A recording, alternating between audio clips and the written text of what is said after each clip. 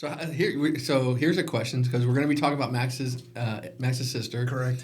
And we're talking about AI and how it's going to change everything. Yeah. How do you think it's going to affect your industry? Well, what's funny is, as you know, I'm an old guy, so and We're young guys. I've adopted AI to the full extent. I mean, my kids laugh at me because I utilize it for everything, and so I've started to utilize it for a lot of aspects of the business. First and foremost, it's going to be. Did you do your logo with it? I did my logo with it. We did our logo with it too. Yeah, and man, I love your logo. Oh well, thanks. And I'm going to kind of tweak it a little bit, but the thing about it is I'm going to use it for our reservations. I've used it for some menu pricing help. Nice. Let's see, what else have I used it for? Have you used the agent mode?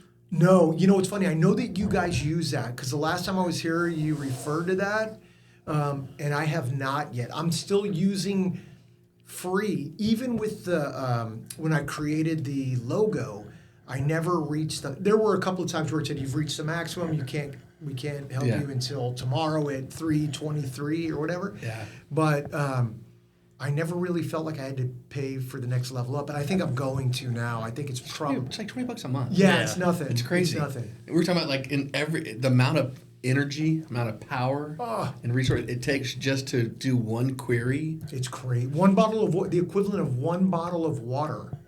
One plastic bottle of water is what it takes every time you ask that thing a question.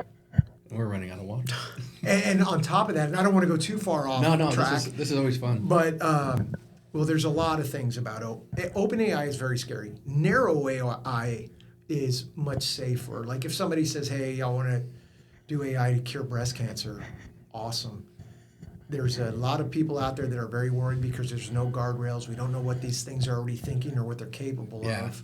And every day it's just getting smarter and smarter and smarter, which inherently makes us dumber. The gap that's increased between our knowledge and the knowledge of AI widens every day. Yeah. So we, in effect, become dumber. Yeah. So it's really scary, man. It's the and that's the big. I mean, this is totally off track what we're going to talk about, but like the concern about like jobs and things like that, they're going to go away. I think that it would be bad if we all of a sudden just knock out 30% of our workforce through AI. But I think it's going to be a more of a natural attrition that people aren't going to get rehired. We were talking about like planes, like pilots. Yeah. My dad was in the Air Force. He told me that in 1979, when he was in Barksdale Air Force Base with C-141s, he was told as an enlisted guy that those planes would take off and land by themselves completely at that point. Flying on a wire. Yeah. And now we used to have a navigator, a pilot, a co-pilot, a navigator. We used to have 4 guys up in the cockpit, an engineer up in the cockpit. Now we have the 2.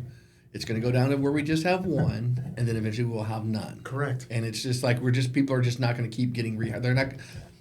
I mean, we already have Waymo on the cars. Well, so we see that. I use that as an example. This gentleman whose podcast I sent to you, he believes, first of all, 10% unemployment would be disastrous. He feels that in 7 to 10 years, it's going to be 95%. And he said, let me give you an example. The biggest employer in the world is drivers. 18-wheelers, you name it, taxis, Uber, anything. Those jobs are going to be gone. And so what do you tell that individual to retrain for? Because we used to tell people up until 2 years ago, become a coder. There's always going to be work for. We found out that AI can code better than we can. And then, all these things, all these jobs, his true belief is that all these jobs are just going to disappear. I am the last person to be a conspiracy theorist, but I was thinking to myself, because I was going down this rabbit hole, what happens if COVID was a trial run by the government I know it sounds to wipe crazy. People out? To see what it would be like if nobody went to work. Nobody goes to work. Lock them in the house. Lock them in the house. And you see it already, like these content creators.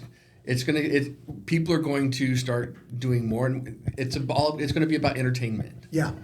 I mean, it's why the White House is going to have a UFC event on the Rose On Garden the lawn Rose or Garden whatever, lawn, yeah. which is total gladiator shit. Right. It's like For entertain sure, the man. masses. Yeah. I just think it's when you listen to some of these guys that have been studying AI for years, to hear what they have to say about it, it is you just can't be optimistic about it. Yeah. You really can't because there's no guardrails whatsoever.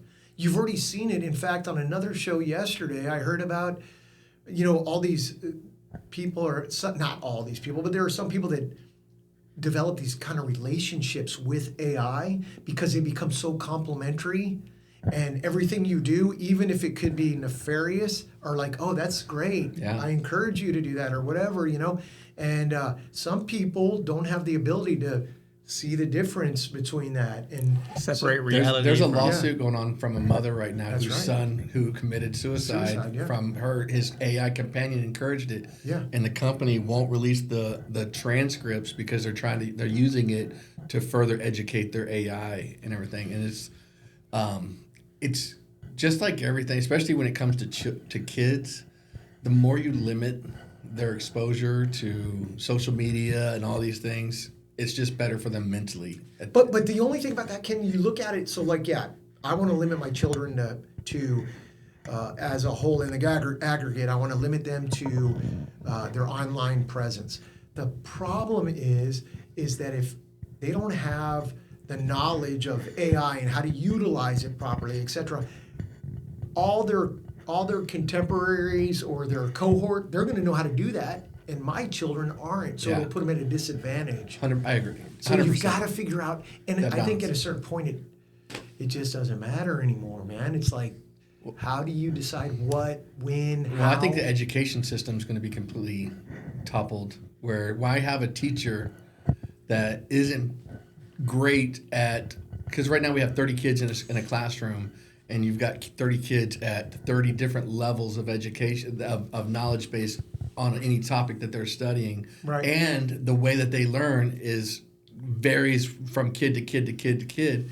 And if you can put an AI agent in front of them and say, here's how you do 2 + 2, especially just the basic stuff that has nothing to do with influence of cultural or political kind of Right, influence, right. and it's just like facts, which can be kind of facts are. Man, yeah, right. That's a great area. How do you define a fact? That's right. Well, hey, you know what's even crazier? Well, not crazier, but I just dropped my eldest son off at college, and I'm thinking to myself, he's going to be in college for 4 years. In 4 years, how do we decide what course of study he takes? Because Has he thought about it? Everything changes. he has, everything changes, and in 4 years, that's like millennia when it comes to the way that this whole thing is progressing, man. Yeah. It's so fast that you can't keep up. I look at my 8th grader and it's like, does she go to college? Yeah. Like, what? It's going to be, and it's one of those things is we have to, we can't turn a blind eye to it. We have to be aware of it and what the potential is, but we can't let it put us in a depression to where we don't do anything and just scared to move forward. Right. Well, humans are interesting in that, and this is not my original thought, it's something I heard, but we know we're all going to die. Yeah. But we don't let that keep us up at night, or, Exactly. some people may, but it doesn't keep you up at night. Your stomach's not churning about it every day. It's something that's just, it is what it is. So I wonder if it's kind of along those lines where humans are very adaptable. But we also, I think because we're humans and we love connection, we love intimacy with each other, and whatever that friendship Right. all the way down, we're going to come to a point. We're talking about this.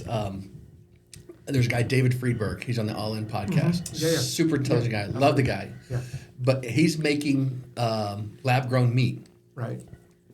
Where you'll see it's a T-bone, and it looks like a T-bone, feels like a T-bone, tastes like a T-bone, and from a chemical position, it's everything about that is the exact same thing as this T-bone come from a cow. Right. But Florida and Texas has already said you can't sell it or you can't do it here, and there's going to be those that are they want the completely natural, from a cow, cooked by a human, served by a human, and then there's going to be those that because of cost and everything, it's like, I'll just go over here and get a robot to do everything for me, and I paid 20% the cost or 30% the cost.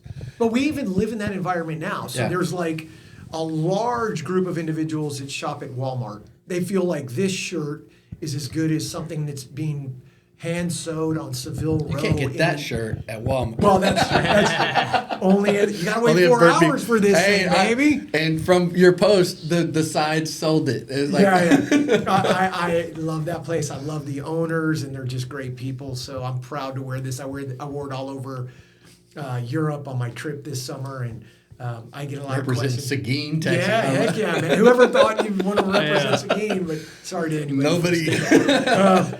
No, but so it's almost like everything now is a niche. Like some people would never pay $25,000 for a watch.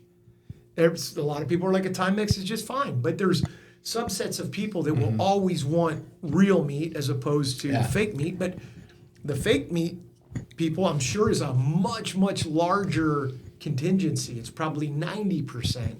And I think that for me, I see us moving into the world of Star Trek, and like them making the meat, that's just the first version of a replicator. Yeah, no doubt. Oh man, right? The more I talk to people about this, the more depressed I get. But Star Trek wasn't a dystopian world of like craziness and turmoil. It's because. And once again, I refer back to this podcast that I'm so high on right now. This gentleman said it's only like that, and he actually used Star Trek as an example. We have either had two kinds of AI in movies over time. Like it's either a robot that might be a little dumber than we are, and we have to tell it all these commands and whatnot, or it's maybe a little bit smarter, but not like a vast difference of smartness. And he said it's because no one can see over that horizon. No one's smart enough to know what the potential is with AI, so they've never even put it in the movies. Yeah. And so like when this guy is asked on the podcast, what do you think it's going to look like in 20 years from now? And he said, man, that's a horizon none of us could see over, because if I could, I would be as smart as AI. We have no idea what it has in store for us. Yeah. So let's open up Max's sister. There you go. yeah. Ask away. I'm really excited about this concept. How's this one been different, like getting it open and getting it started from your other restaurants? Like, is this a bigger passion project, you feel, like based on the stage of life that you're in? And for sure. I mean, I, for the last 6 years, have been toiling away flipping burgers, right? So now I'm back into a full-service restaurant, which, by the way, I said I would never do again. But I really just missed it, and this opportunity presented itself, and I'm excited. Everything about this I'm doing differently than I've ever done in the past. And we can talk about that. But I'm really excited, nervous a little bit, because there's a lot of expectations from what I've seen online and people coming up to me, when I see them on the street or in the grocery store. Yeah, it's really bizarre. But I think I have if we execute it well, which is a big if we execute it well, there will be nothing like it in San Antonio. Food, menu style, price point, all these things combined will be different than anything that people have really seen in San Antonio. So with like putting the price point and stuff together and kind of figuring that stuff out, with it being different from the other ones, is it like, are your profit margins going to be around the same, or do you think they're going to be lower or higher? They'll probably be a little bit lower. My goal with this is I want to do a lot of business. And so there's a couple of things. I have 3 tenets that are kind of like the foundational aspects of what I'm trying to do with this restaurant. One is I am not a big drinker, so I'll put that out there now, but we do go out for drinks every once in a while. And my wife and I, you may have seen that I posted this on social media. My wife and I are tired of, she loves to drink a old fashioned. And I like to drink something on a rock, like rye whiskey. We'll go out, and 2 drinks like that are usually somewhere between $15 and $18 a pop, right? Yep. And then you feel obligated to tip 22, 23%, 25%, whatever it is. By the time you've done all that, you're looking at like a $55, $60 cocktail, and I'm not taking anything away from mixologists, but pouring a rye whiskey over a cube is not a $5 job. It's not a $5 job. And the thing is on top of that, I get it. Some of the ryes are there's rarity associated with them, etc. Or scarcity. So I get that aspect of it, but I think most people, it's a pain point with people now. They don't want to spend that kind of money on one drink. So my goal, one of the tenets is I'm not going to charge more than $11 for any mixed drink, old fashioned, unless there's some highly allocated special single bottle that we get. Yeah. And then that's a little bit different story. But any mixed drink that you know of, we want to keep it $11 or below. So I think that's one. That's going to be important. Two, I think people are tired of paying $35 and upwards for entrees. I mean, it's gotten nuts. I went to Make Ready Market the other day. We love it. Got a bunch of different places that you can eat. They have a sushi place in there, which is delicious. My daughter, that's what she likes. So she got one sushi roll, and then she got the gyoza, the little six little dumpling things. Yep. $33. Ay. And that's for my 13-year-old daughter. Yeah. And it's like, what am I going to say? You can't have a sushi roll and Right. 6 dumplings because it's not a lot of food. Yeah. But it was $33. I was sitting because we're paying individually because I'm going over to get tikka molino that day. Got me some puffy tacos. right. Which, by the way, taquerias in general have, my whole life being from San Antonio, I've never paid more than $1 for or $1.50, and I get it. Cost of goods has gone way up, but now you're going to taquerias and you're paying $3, $3.50 for a bean and cheese taco, man. Yeah. So Getting $5, I $6 used to for buy barbacoa. bean and cheese. Yeah. In 1990, when I was at Judson High School, we would go to Sombrero Rosa and we'd get 39-cent bean and cheese tacos all day long. And I thought that back then it was kind of expensive. So what I did is I broke the code on that. I would buy a side of beans, a side of cheese, and tortillas. You would get more to eat. I did it at the Sombrero Rosa that was. Prior to that, it was a Taco Cabana at the corner of West Avenue. On Blanco and West Avenue. I know exactly which one. Dude, you went to church, Yeah. I was on the one on Walsall. Yeah. Same thing, man. We'd go to Bombay Bicycle Club, and then afterwards, because they'd let us in with fake IDs, and then we'd go at 1 a.m. and get. I bet they still let people in with fake IDs. Yeah. Oh yeah. It's a great place, and I know Bill, the owner. He's a great dude. But so no. I want people to treat this not like a special occasion restaurant, which I've had a lot of in the past. Yeah. I want to keep everything below $20, $20 and less for entrees. Yeah. So, and there may be some exceptions, like for instance, when a particular fish or mushroom or something comes into season and I want to utilize that and it's not possible to do it for that cost, then I'll put an additional fee on that particular plate. Like if you want fresh morel mushrooms with this, it's plus $4 or whatever. But so I'm going to try to do tiered pricing, which no one does, unless you go to like an a la carte. A fixed menu high-end restaurant. What I want to do, and I'm working on it right now. That's what I was working on all this morning. If I could make, and these numbers I'm just throwing them out there because I haven't done the math on it, but if I could do every entree that I have for $10, every salad that I have for $14, every entree for $20, and then every dessert for $10. Let's say that for the sake of argument. It takes the pressure off of people when they're ordering. Like I know for myself, when I go out with my family, this is just who I am. I take the bullet for the family. Everybody orders whatever they want. And then I'm there trying to save a little bit by saying, I never really get exactly what I want. Yeah. I do the same thing. I do the same thing. You know what And I it's mean? like $5 Absolutely. difference, and I'm like, no, I'm gonna just save that $5. Right, I'm right. gonna be okay. I know exactly what you're saying. You know what I'm saying? And so I think a lot of people are like that. A lot of dads, for sure. My kids are not like that. My kids are the worst. They're always, for some reason, they're drawn. $33 sushi. Yeah, for some reason they're drawn to the most expensive item on the menu every time, Yeah. like a moth to a light bulb. You know. My daughter's 9, and her favorite restaurant is Chama. Oh yeah. Dude, man. My son, when he was like 12 or 13, we went down to the coast, and I don't remember, we went to Saltgrass or some steakhouse and everything, just run of the mill. and we're all getting. There's like 3 adults, and my son's there with us, and one of these guys, and we're ordering a sandwich or a burger, and he's like, "I'll take the steak and lobster." Classic, man. Classic.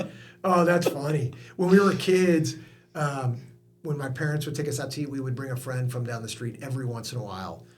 Where he lived a lot more modest lifestyle, but he was the kid that always ordered the most expensive thing on the menu, man. Always. I couldn't do that. It's just the way we were raised. I was like, unless I'm paying for it, if I'm not paying for it, even to this, like with going out with my father-in-law and stuff like that, it's like I'll just get this. Yeah. I'll get the petite steak. You're right. So that's my thought is that with pricing like that, no one has to sit there and waste time and be like, I want that, but it's just too expensive. It's the same as everything else. And I think that if we execute on our promise to give like the best possible food in San Antonio,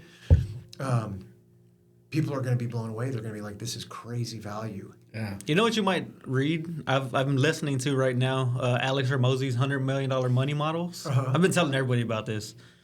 But the way they have like attraction offers and like different things like that, I think you could really spin that off into some of the restaurant space. That's cool, man. Send me the link if you remember.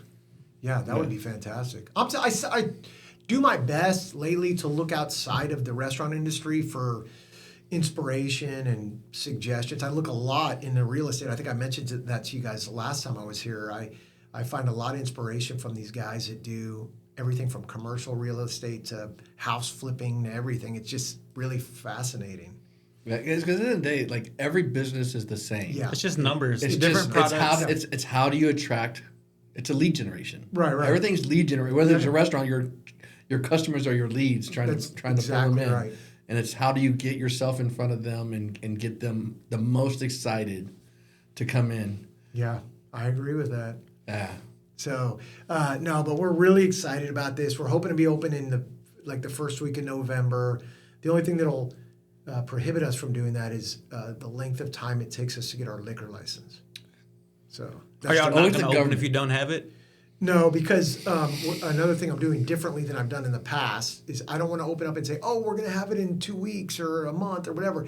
I want to open up with everything, whether it's the hours that we're open, the days that we're open, the liquor license, the patio furniture. I want all of it in place, because what happens is if you don't open up with a liquor license, even if you tell everyone, oh, we're going to have one, someone is going to go home and their friends are going to be like, how was it? Oh, it's great, but they don't have a liquor license. So And they don't tell the whole story. And they don't tell the whole story. Yeah. So we want to make sure that... Did y'all finally get it on Northwest Military? It has taken forever. It looks like we're probably about 3 weeks away. We just got the survey done and turned into the state. And so we're kind of in a waiting pattern now. But we will have that. Nice. So it's taken forever. This is hopefully the thing that saved us on this is we're under the same roof line as 2 other restaurants that have their liquor license. So like we didn't have to post for 60 days, put a poster up saying we wanted alcohol. That's already done, and then we already got the survey done. We did a 2-for-1 kind of deal where they did Northwest Military and the new location at the same time, and so there's some economy there. And Nice. Have you put the menu together already? I have, yeah. What's going to be the specialty? It's not so much a specialty. I really want people to walk in and be like, that's something I can't get anywhere else. And there are going to be some items. It's going to be varied, and so. As you guys know, I came up with this little tagline: American Fare, French Flair. And I got a question about that in a second. Okay. So I'm going to implement a lot of really high-end technique into some what people think of as common items. So like, for instance, one of the items that's not so exotic, if you will, is going to be I call it Sunday dinner meatloaf. So we're going to do an awesome meatloaf, but it's going to get potatoes mousseline like what we do in France, and done really well, like what you would expect in a 2 or 3 star Michelin in Europe. You already sold me, because I was just telling my wife that I've been craving meatloaf. We went to the little, was it Tiny? Bo's Tiny Diner. Oh, I haven't been there yet. And they had a really good meatloaf. Did they? And I was telling Delilah, I was like, man, I want some meatloaf. And the meatloafs they're popping up again. Yeah, I think so. And like from what you said last time about like some of the menu items that you were talking about, it reminds me of like that late 90s, early 2000 like comfort, like things that you would expect to go to in a restaurant, but scaled up. We're gonna have that where we take a twist on a common everyday kind of pedestrian dish, but then we're gonna have stuff that's like crazy left field. So, for instance, like I'm gonna do lamb's heart with a arugula salad and a mustard vinaigrette. We're gonna do skate wing with a brown butter emulsion. That's a type of fish? It is, yeah. It's a ray where they Okay. So I'm not that intelligent. You gotta It's not using AI. We're all getting dumber. Just look it up on your phone. Man. There's no reason not to know the answer to something now. Well, going back to that, we were looking at this morning, what is our disposition cost on one of the properties we're selling? And Ken was pulling out the calculator. Pull out the calculator and do this. And I was like, no, ChatGPT. Yeah. This is the sales price. This is how much it costs to sell it. What's our percentage disposition cost? And it like showed me how to do the math. And it was like 8-point-something%. He's like, I still don't know how to do the math. But I know the answer I was looking for. You know what's funny? Today we were trying to get our EIN number from the state comptroller. And I could not figure out, well, first off, we had to formulate the LLC. And normally I pay my attorney or whatever. But then I asked ChatGPT, how hard is it to formulate an LLC? And they populated the answer. And it's like nothing. Bisbee, I think it was $200 or something like that. Yeah, you can get people to do it for $40. Yeah. But you can do it yourself. So what it said, I said, can you submit it for me to AI, to the state comptroller? And it said, I cannot submit legal documents, but I can tell you step by step what to do, and I can have the form here for you. So the form popped up, and I filled it in, and it said, would you like it in a PDF form or whatever? And so I was done in like 10 minutes. Yeah. And you get the EIN, you just go to the IRS website, punch in your stuff on there, and it spits you out an EIN. Yeah. It's crazy, man. It's the... we were talking to an attorney. He said, like, he doesn't think, like, the AI will totally take over because the attorneys write the laws already, so they're going to make sure that their laws will protect them in some regards. But that's just going to be that top layer of attorneys, like all the grunt attorneys and stuff like that, and your paralegals doing all the. It's going to take over the paralegal thing. It's for going sure. to take care of the paralegals. Well, what's interesting is like you listen to these AI guys, and they say that. We get right back into AI. Yeah, it's the topic du jour. That's right. This guy says that when he asks people, he'll ask man on the street kind of questions to whomever it is.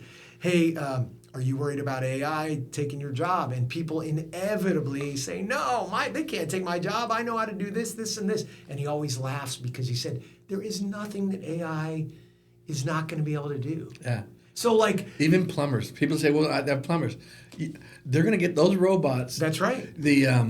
I was listening to Elon talking about Optimus, his robot, and like there's like 33 or 30, like all these actuators within the hand of it. So they have dexterity. And because like our hands are one of the most complicated things in our body, and they're like, well, why do you make them like humans? Because like if you could make things better in a different way, but we've designed this world around our dexterity. That makes sense, man. Everything's designed around what we can do with our fingers and stuff like that. So if they can make a robot that can have the finger manipulation and stuff like that, they can do the job. Man. Imagine like us just going to a house like we're redoing, throw like 5 Optimuses in there and be done in a week. Not even a week, man. But that's what I'm saying. Like our current contract is going to be done with that one in a week. Yeah, and the thing is these things can work 24/7. Yeah. Holidays, everything. That's like they don't need a break. They don't need a break. I told my dad he needs to be on the list already to like, why ever have a at-home nurse or anything like that? Like my mom has replaced her hip and stuff like that. Just put a robot in there. Yeah. It'll become her best friend. It'll be able to communicate and everything with her and like talk to her and stuff like that. And if somebody's there, like if she falls or everything, they're always available 24/7. And they're not stealing your jewelry. You know what I mean? Like this whole thing, it's scary. I truly believe that it's going to replace even doctors. Like speaking of hands, 100%. One of my closest friends is a hand surgeon. And I was talking to him 2 days ago about this, and he's like, they're not going to be able to replace my job. I'm like, dude, they're going to replace There's already your job. robots doing the surgery. Really delicate surgery. Well, that's the thing is I tell, like I hurt my knee a little bit. And so, like, if they can take a MRI or whatever imaging they need to get a full 3D image, which they can do already, a full 3D image of everything in my leg, and then say, okay, this is what needs to be fixed, fix this, and then then it can just, it's already got the image and knows exactly where to go. Yeah. And it's going to be more precise. It's I don't know. I'm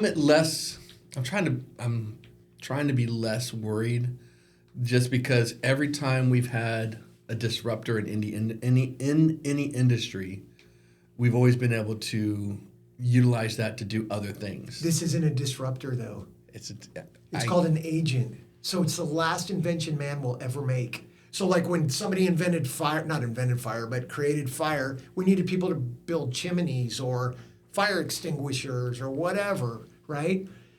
We don't need that anymore because we created intelligence. So that's going to figure everything out for us. That's the scariest part about it. This isn't a disruptor in the sense that... So what if we can all we get to do is recreate? We get to play the whole time. Right, but think about, a couple of things along that line. Think about the fact people whose personality is completely tied to what they do for a living. Think about the levels of depression. Artisans. They become artisans. They have restaurants that they can still cook and stuff and everything because people still want to go to a restaurant. There's going to be a small percentage of people, as you alluded to earlier, that will say, I want a human to cook my food. I don't want a robot to cook my food. So it's going to be a niche. I think that's a little bit different. I don't know what they would have to do for the robots to be able to taste the food, to see how it tastes and do that sort of thing. Like, I think of like a chef. Sensors. Like you can you can throw a robot in there and it'll make the recipe that you put. But how often do you follow the recipe to a T compared to like switching but I gotta it up? ask you. But your employee's better. Yeah, that's right. That's right. But they're not the chef. That's They're right. the employees. But a follow-up question to that is, okay, if somebody said to you, hey, it's not going to be as good as what a trained chef, human chef would make, but this robot meal, this meatloaf that the robot's making is going to be 10% the cost of what it's going to cost you to get a human to do it. I would have to wager that 90% of our population would say, I'm going for the one that's like $1 I would say rather than $30. 90% of the time, though, because there's going to be times where like, man, I want to go out and have this. Yeah. It's there's a lot of scary aspects to this thing, man. It's interesting time. Yeah. It is. I mean, we're alive at a really amazing time. It's almost like we're in a simulation and just kind of... Dude, don't get me started. The chances of us being in a simulation are pretty high. Pretty high. I agree. So you're just an actor in my little world. You're an actor in my world. Everybody has their own simulation going on. Yes. At the same time. Yeah. And they just overlap. In some regard, but not everybody. There's this one guy, God bless him, that me and my daughter, we've been seeing for 8 years now or whatever. Like riding his bicycle through the neighborhood, always has his headphones on, long hair, like looks exactly the same. And she's off in college now, and if I see him in the neighborhood, I take a picture. I say, "NPC still around?" She's like, "Stop it!" Oh yeah. Like he's a total non-player character. Like there's no way that guy is real. That's scary, man. Who knows? Have you seen that movie? Which one? Where they're like playing video games. They got like where they live is just like rubble, but they all have video games on. Wow, I forgot the first player or something. Ready Player One. Yeah. Yeah, I haven't seen that. Well, they were saying, I guess. That's a Steven Spielberg. Or I wouldn't. I think a lot of the movies they come out with are tests to see how people would react to it. No, hey, could be. I don't play video games, so I don't know about this. But I guess we have when you play video games, I guess now, like for instance, you can walk up to a wall in this world and like spray paint the wall, tag the wall, and you can have your character walk away, look over his shoulder, and the tag is still there. I think they call it like persistence or something. Yeah.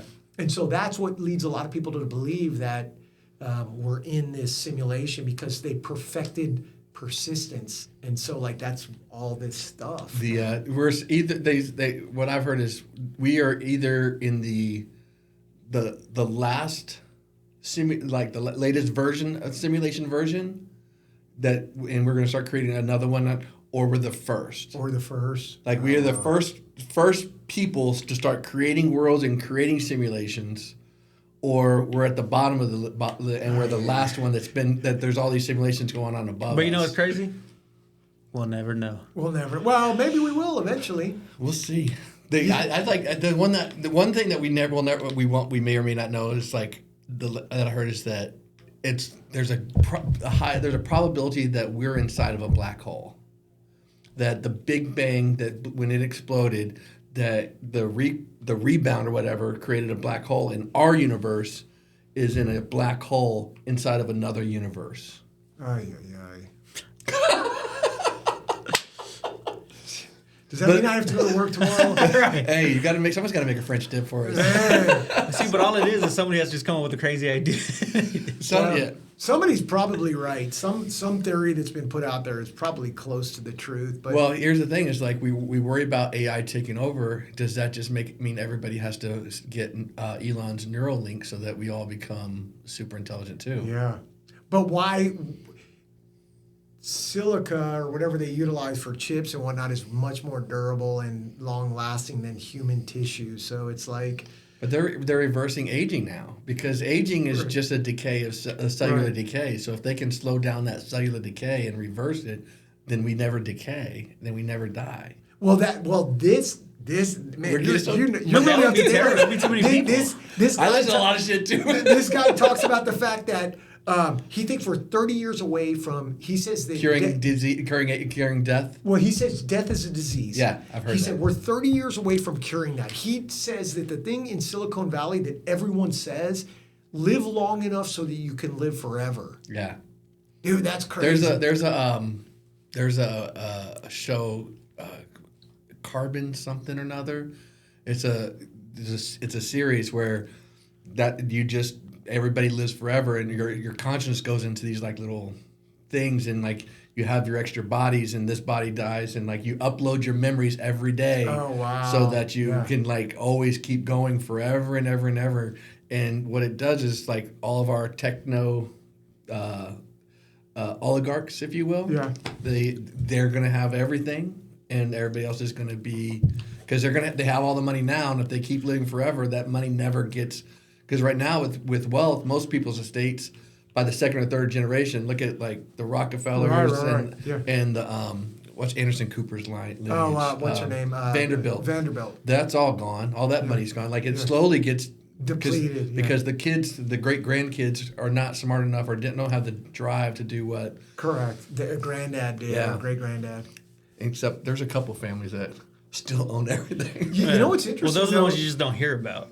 Right. They try to stay under the radar. But what's interesting is it's something that everyone's talking about right now. It's like it's fascinating, man. Well, it's just crazy how good it is at everything. Like it's also a reason I think that we're going back to like there's and this is my personal journey is like I grew up Christian and everything like that, and then kind of like started, and getting more atheistic and stuff like that. And now it's like there's a big push now. Like you're seeing more and more religions, people going back to, my kids going back to religion and finding that something. And I think it's part of that is the fear of the unknown of what's going to happen. It's like you've got to have that safety net of a higher power to like lean on. And so. Well, also, you think about it, all the major religions believe in a quote unquote superpower. So like that's kind of bizarre too, right? Yeah.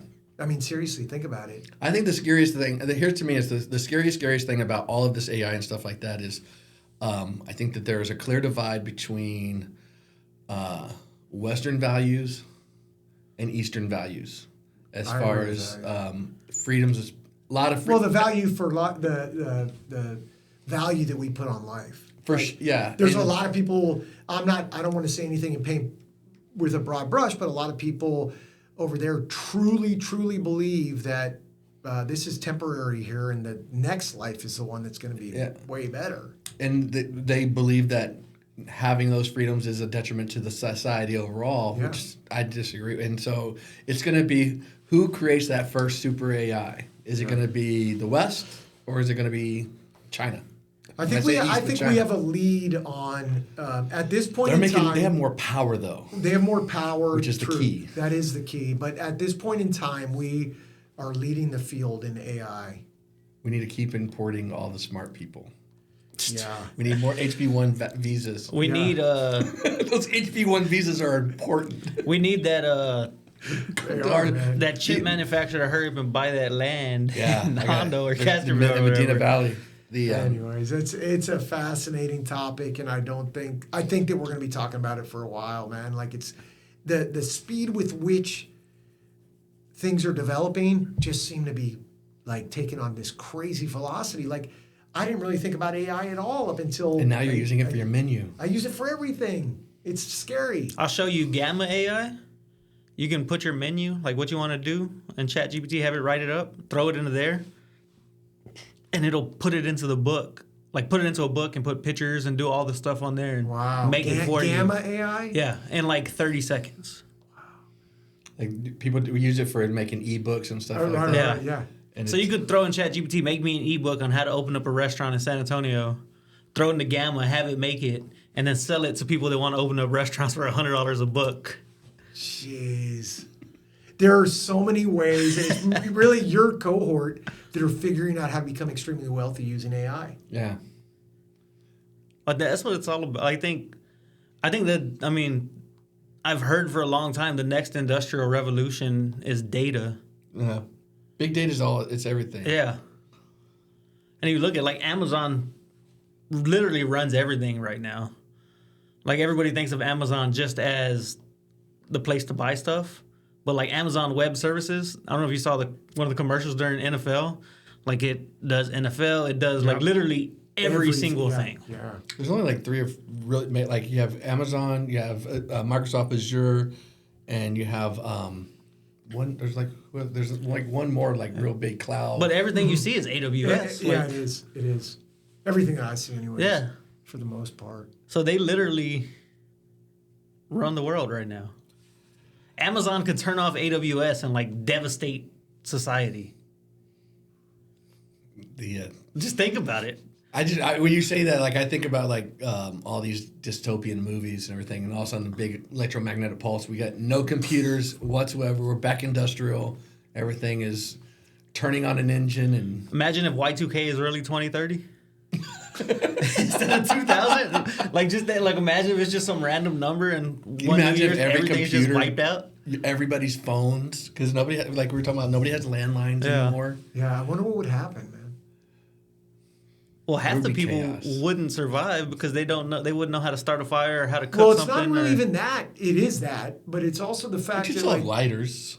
Yeah, it's the fact. How long is that going to last? Well, it's the fact that everything, like you look at hospitals, they are all running on a computer. Computers.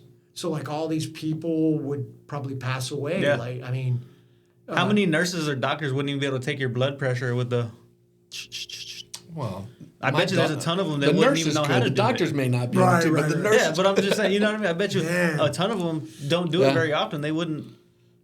But we're at that fork in the road where, at this point, we could turn it off if we wanted to. Yeah. We could turn off AI. I don't know if we can. Not narrow AI. We wouldn't want to turn that off. That's what runs everything. But like OpenAI? OpenAI? I don't know if we could. Have you seen those ones where it talks about it's out there. They were talking to AI about like turning off AI, and AI was coming up with ways on why they should keep it on and like lying to people on how not to get rid of itself. Yeah, no, I saw that. Transferring, copying itself. And and like beating CAPTCHA and lying about it. Yeah.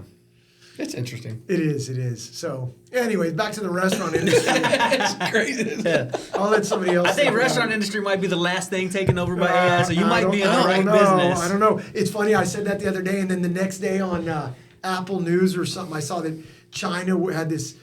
They had a robot that was sitting there with a wok, flipping the wok and like hitting it with the spoon, I was like, what the heck, man? But it's that's like Chipotle. This was my conspiracy theory, because I don't know if you've heard about probably 8 months ago, I kept seeing Chipotle like people ordering online said, don't order online. You need to go in, otherwise you're not going to get the right amount of food because they skimp you. You if you get it like a to go and stuff like that. And then I saw on the All In podcast with Friedberg and a couple other people that they were creating these robots specifically like for Chipotle that like boom, cup of rice, just plops it out. Cup of meat. It's got the exact amount of ratios that just you send it down the line, it just opens up and sends it in. All you gotta do is make sure the hopper's fed, right? If the hopper's fed, the food gets dispersed. Right. So for a restaurant like Chipotle, which is front of the shop heavy because they got everybody lined up there. Just got a couple people back there cooking. Now you just got a couple people back there cooking and nobody up front. So that's 2/3 of your employees. So were they skimping on purpose so that they could get people like, nah, I want the freaking AI to do it? Man, they're going to be the early adapters. I said that to a friend yesterday. Because this guy I was talking to, he's a restaurant owner as well. And he's like, we're going to be the last ones in the restaurant industry to adapt this. And I said, absolutely not. All the big players are going to adapt it right away. They're going to be early adapters. It may be expensive for them up front, but way cheaper in the long run than liability with humans, health insurance, et cetera, et cetera. They're going to get rid of humans. Most of the time, I mean, I've heard Ken say this before, but most of the time, employees are the worst part of the business. They are. The two parts of business I hate, the employees and the customers. you got to have both. You got to have both, man. I used to hate chasing around the employees. When I was at McDonald's, chasing around the employees and... Dude, I had a couple of kids, when I said dry cleaners, I had a couple of guys that worked for me that like literally like I'd start calling them. They'd be there at 6 or 7. I'd call them at 6:15, 6. Okay. All right, I'm on my way. I'm coming knocking on your door. You got to get it. I'm not pressing pans today. That's right. You're pressing pans. I got a golf game. It's tough to corral everybody together to get done what you need done. Anyways. That's why that one day I went to go eat over there, and I texted like, hey, this guy's like tripping back here. Yeah. And you're like, oh, that's his first and last day. Yeah. That was his last day. Yeah. It was his last day. Yeah. He told me, he goes, I think that guy got fired. Yeah, he did. Managing of people is difficult. Computers would be a lot easier. And I can't, nowadays it's even got to be worse than it was 15 years ago because just the expectations and the attitude of like. But customer service could definitely increase like some of the jobs where people don't really want to do. Like the AI or robot take over that. And you just have a few people that focus on customer service. They're like touching tables and like doing that sort of thing. Yeah. I think we'll see that. The human contact is going to be the last thing. So as far as Max's sister. Back to Max's sister. How extensive is the menu going to be? That's my question. It's 5 entrees, 4 salads, 12 or 14 entrees, and 4 or 5 desserts. It'll change seasonally. 12 to 14 appetizers? You said 5 entrees, so 5 appetizers? Or? 5 appetizers, 5 or 6 appetizers, 4 salads, 10 to 12 entrees, 5 desserts. And it'll change. That's a lot of desserts. Seasonally, Seasonally it'll change, and then within the season we'll run some specials and maybe slot stuff in and take stuff out. So you're doing a American fare with a French flair. Yeah. What would be a dish that is French fare with an American flair? Oh, you mean the in opposite? Reverse? Yeah. Because we have all these fusions. Yeah. But it's always American food with this kind of a flair. Yeah. We never have their food with our flair. flair. We do. Do we have a flair? Do we have a flair? Yeah, we just do everybody else's flair. I posed it to Brad. He's like, "Oh, French fare with an American flair would be French fries with ketchup." Well, close. Steak frites, Yeah. steak with fries, or their steak haché, which is a hamburger patty.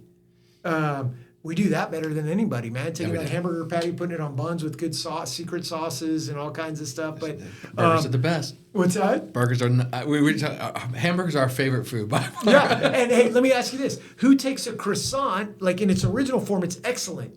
Give it to an American and they make bread pudding out of it, man. Come on. Or a breakfast sandwich. Or a breakfast Bacon, egg, sandwich. and cheese, sausage, egg, and cheese sandwich. Oh. So, man, we got a lot of flair. Yeah, we do. We have a little bit of flair. We turned everything into a sandwich.